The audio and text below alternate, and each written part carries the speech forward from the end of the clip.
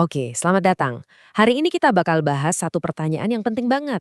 Kalau ada dua hal yang kelihatannya bergerak barengan, apa itu artinya mereka beneran nyambung? Atau jangan-jangan itu cuma kebetulan statistik aja yang ngecoh kita?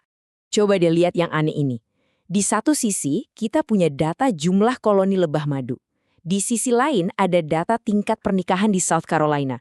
Kalau dilihat grafiknya, dua-duanya ini kayak bergerak barengan, hampir sempurna. Jadi, apa artinya? Makin banyak lebah, makin banyak yang nikah. Aneh banget kan kedengarannya? Nah, ini yang mau kita bedah bareng-bareng. Untuk bisa mecahin misteri aneh kayak lebah dan pernikahan tadi, kita perlu paham dulu alat statistik utamanya. Jadi, kita mulai dari yang paling dasar. Sebetulnya apa sih korelasi itu? Ini nih pertanyaan dasarnya. Di dunia yang isinya data semua, gimana caranya kita bisa yakin kalau dua hal itu beneran nyambung dan bukan cuma kebetulan aja? Gimana kita misahin mana hubungan yang asli dan mana yang cuma noise statistik? Nah, jawabannya itu korelasi. Ini adalah alat statistik yang emang dirancang khusus buat ngasih kita angka, ukuran yang jelas, soal hubungan antara dua hal. Jadi ini bukan soal kira-kira atau pakai perasaan ya, ini beneran matematika. Dulu, salah satu cara awal buat ngukur ini tuh namanya covariance. Tapi ada masalah gede di sini. Coba bayangin kita lagi ngukur pertumbuhan tanaman. Kalau kita pakainya meter, mungkin kita dapat skor hubungannya 4,7. Tapi begitu kita ganti satuannya jadi sentimeter, skornya tiba-tiba loncat jadi 470. Padahal kan hubungannya sama persis. Nah, ini jelas bikin bingung dan gak bisa diandelin. Lihat deh, dua grafik ini nunjukin data yang sama persis. Polanya identik kan? Tapi, cuma gara-gara kita ganti satuan ukurnya, angka hubungannya jadi beda jauh. Jelas, kita butuh cara yang lebih baik, semacam standar yang bisa berlaku buat semua kondisi. Terus, gimana dong para ahli statistik ngakalin masalah satuan ini? Nah, mereka akhirnya menciptakan sebuah skor hubungan yang terstandardisasi. Yuk kita lihat. Dan inilah solusinya. Koefisien korelasi Pearson, atau biar gampang kita sebut aja R. Ini standar emasnya. Cuma satu angka yang bisa ngasih tahu kita seberapa kuat hubungan antara dua hal, nggak peduli satuannya meter, mil, atau bahkan jumlah lebah sekalipun. Jadi gini, skor R itu skalanya dari -1 sampai +1. Kalau dapat +1,0 itu artinya korelasinya positif sempurna. Waktu satu variabel naik, variabel yang satunya lagi juga ikut naik dengan perbandingan yang sama persis. Mereka benar-benar bergerak sinkron. Nah, kebalikannya, kalau -1,0 itu korelasi negatif sempurna. Ini kayak jungkat-jungkit yang seimbang banget. Pas yang satu naik, yang satunya lagi pasti turun dengan perbandingan yang bisa ditebak. Terus gimana kalau skornya deket-deket nol? Ya, itu artinya nggak ada hubungan linier sama sekali. Pergerakan satu hal sama sekali nggak ada hubungannya dengan pergerakan yang lain. Benar-benar acak. Oke, terus angka R yang dianggap kuat itu seberapa sih?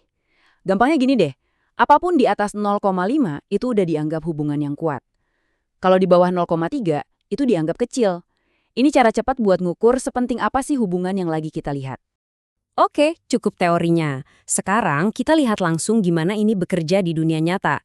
Kita bakal analisis hubungan yang kayaknya sih masuk akal banget ya, antara seberapa tinggi seorang atlet bisa melompat sama seberapa kuat kakinya. Tiap titik di sini kan mewakili satu atlet. Polanya jelas banget kan? Makin besar kekuatan kakinya, makin tinggi juga lompatannya. Titik-titik ini hampir membentuk garis lurus yang sempurna ke atas. Ini nunjukin hubungan positif yang kuat banget.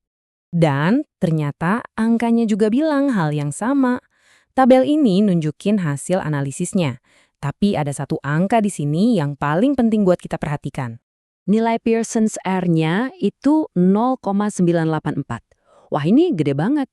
Ingat kan skala kita dari -1 sampai +1? Angka segini tuh deket banget sama +1. Jarang banget loh kita bisa lihat korelasi sekuat ini di data dunia nyata. Tapi kita bisa gali lebih dalam lagi. Kalau kita ambil nilai R tadi terus kita kuadratkan, kita dapat sesuatu yang berguna banget, namanya R kuadrat atau R squared. Ini pada dasarnya ngasih tahu kita seberapa jitu sih hubungan ini buat memprediksi.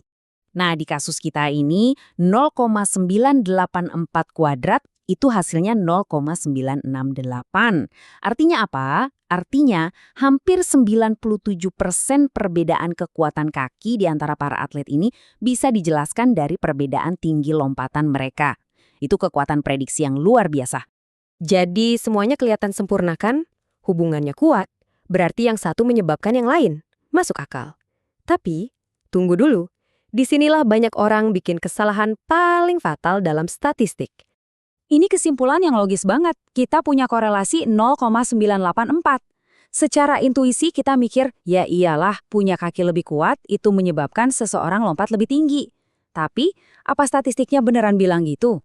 Dan ini dia aturan nomor 1 yang wajib banget Anda ingat. Korelasi bukan sebab akibat. Saya ulang ya, cuma karena dua hal kelihatan bergerak bareng, itu sama sekali nggak membuktikan yang satu menyebabkan yang lain. Ingat lebah sama pernikahan di awal tadi? Percaya nggak percaya, nilai R buat hubungan itu 0,938. Itu korelasi yang kuat banget, hampir sekuat hubungan kekuatan kaki dan tinggi lompatan tadi. Tapi kan kita semua tahu, lebah nggak bikin orang nikah. Nah, ini contoh sempurna dari korelasi palsu, cuma kebetulan statistik. Nih, satu lagi.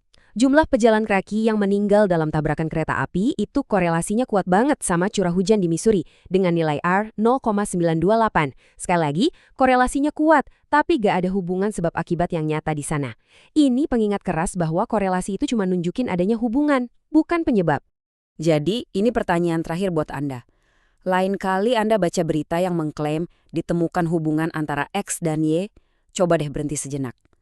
Ingat soal lebah tadi. Tanyakan ke diri sendiri, ini beneran sebab akibat atau cuma kebetulan statistik yang menarik aja?